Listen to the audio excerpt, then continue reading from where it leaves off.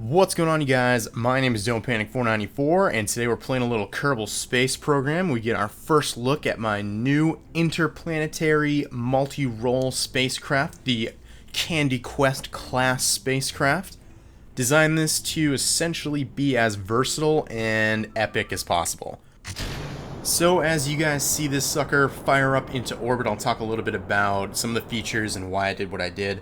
The main fuselage, I got the inspiration from this from a ship I saw somewhere online. I think it was called like the Discovery Mach 2 or something. Really cool body design. I kind of used that for the solar panels and stuff. But one of the big changes I made was with the versatile docking port in the back. So you can't see it right now, but essentially the back half of this ship is a launch module right now. And it doesn't have a decoupler on it. It's actually docked into the main spacecraft right now. You can see I'm actually going to take all of the fuel out of it right now, load all of that fuel into the main spacecraft, and then we're going to jettison it, or not jettison, but undock it, so that we can put, something much cooler there going forward. So what this is going to allow us to do is essentially, for whatever mission we want to do, whether it be landing somewhere, traveling somewhere, we can make a module and put it in the back. As we get our first look at the cockpit here, how baller is that? That is literally the coolest cockpit view in the entire game. So I figured it had to be there. Obviously, have some communications antennas here so you can communicate with people for reasons. But here you see it right here. I'm going to undock this back launch module, and I built it so that these modules have computer control essentially, and they all have enough RCS fuel to be able to deorbit them once I'm done with them. So again, I drained all of the rocket fuel out of it and put it in the main spacecraft, and now I'm just going to essentially separate this, back it off, safely until I'm behind the nuclear engines on the main craft, and then I'm just going to deorbit it so it falls out of the sky and it isn't, littering space. So as I was saying, you could build a module for pretty much any role you want. You could build, fuel tanks with extra engines on them if you want to go, really far distances. You can put landers, you could put crew capsules, science capsules, literally anything you want. Build a craft, launch it up, dock it, and then this spacecraft essentially becomes wherever you want it to become. But since we'll probably get the most use out of a lander, that's what I built first. So here is the lander module / lander capsule that is going to be shooting up and docking with that craft. And it is coming with 2 extra Kerbonauts that can either man those 2 communication capsules, or hang out in the lander, or do whatever they want. So now there's going to be a 3-man crew up in this ship, instead of just the original 1-man crew. One thing I learned after test docking a number of modules in the back here is that you have to be really careful and you have to thread the needle between these nuclear engines because they are pretty fragile. As you can see, this lander barely fits.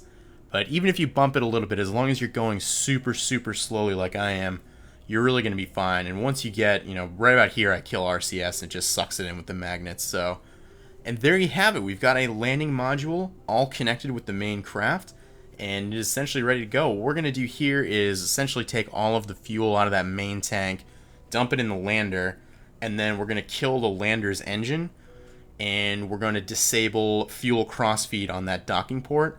And what that is essentially going to enable us to do is it's going to preserve the lander's fuel so that no matter what happens with the spacecraft, the lander's going to have full tanks because, once you're in orbit somewhere, you want your lander to have a full tank of fuel so it can get off, land, come back, and rendezvous again.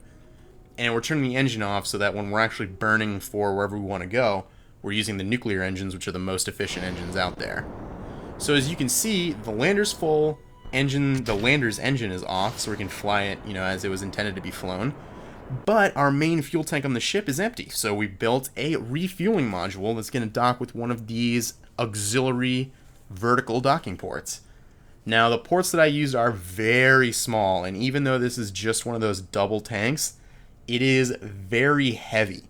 So it's much heavier than intended for these small docking ports. So again, you have to be really careful about docking. Go really slow, make sure nothing snaps off or nothing gets crazy trying to correct itself with the magnets. And you definitely don't want to burn any engines while this is docked. That docking port will break so fast it'll make your head spin. So that's just there to refuel the main tanks, refuel RCS. We're going to leave it attached because we're not planning on burning anytime soon. But again, this is one of those modules that before you embark on your mission, you're going to undock and deorbit it using RCS so it burns off in the atmosphere. And if you may have noticed, this ship doesn't really have a way to get back to Kerbin. The lander isn't built to survive re-entry.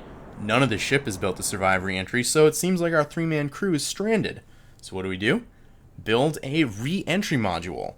So here you can see, I didn't really go into the ship, it's pretty simple. It's just a 3-man pod, empty, with a computer control device underneath it. Some fuel, some RCS, we're just going to rendezvous, dock, and there you go. I mean, this is really busy right now, there's a lot of junk on it. The ship itself is just going to be that main ship with the lander. The other 2 things that are docked on the side are going to be gone by the time this flies its mission. But this is just a way to demonstrate that we can get these guys home. And I don't know if you noticed, but the 3 astronauts were not Bill, Bob, and Jeb. And Bill, Bob, and Jeb are going to be the first 3 to fly this thing on an actual mission. So we're going to take these guys home. I'm going to leave the fuel tank up there for now because it doesn't really matter. But we're going to have everybody board this module, take it back to Kerbin, and then eventually have our all-star flight crew come up here and take command of this sucker and take her over to Duna and see if we can land there without a hitch. As we get one more glory shot of this cockpit, I'm in love with this cockpit. It kind of reminds me of like a 1-seater version of the Millennium Falcon, which is just so cool. And the way the ship is built, even if you don't have a lander module on it, you can have multiple people up on board.